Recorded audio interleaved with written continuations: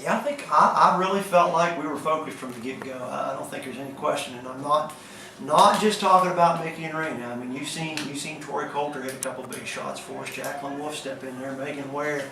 That's really a blessing. But I think part of that can be attributed to the fact that they had to play without Mickey last week, and Raina went down in the game last week, and Hannah went down in the game, and that's a pretty good hunk of what we're trying to do there. We lost all three of those girls, and we still battled against the #1 team in the state. And it wasn't pretty at times, but they kept battling. I thought that carried over and that helped us tonight. I really did.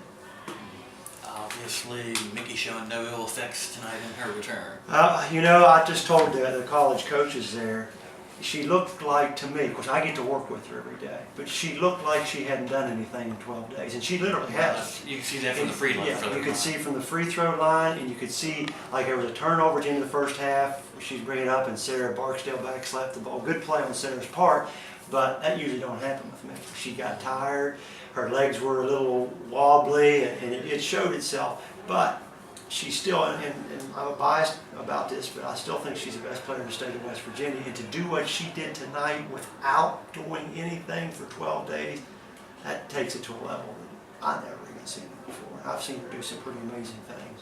I'm proud of her. Obviously, there at the start of the second half, she took control of the game. Yeah, and she got to rest those legs for 10 minutes. I think that's those tired legs for 10 minutes. She understood, and she also had a chance to figure out what they were doing. We obviously talked to them about it at halftime, but I've made this comment about Mickey before. You might get her once or twice with a jump defense or sagging or the 1-3-1 or the 1-3 chase, which is what they were using, but you're probably not going to get her 3 or 4 times.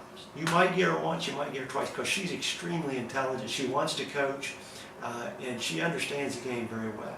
I like to say I taught her a lot, but the truth of the matter is she watches games on TV and she understands what's going on.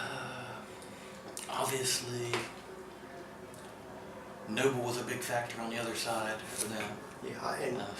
Yeah, she's tough. Alicia's, to me, she's a first-team All-Stater. Obviously, she was that last year, but she's a top-shelf athlete. She is so strong in that post. She requires 2 to 3 people when she gets the ball in her hands to deal with her. And she got both of my posts in foul trouble. However, I think Raina did a great job, especially in the first half.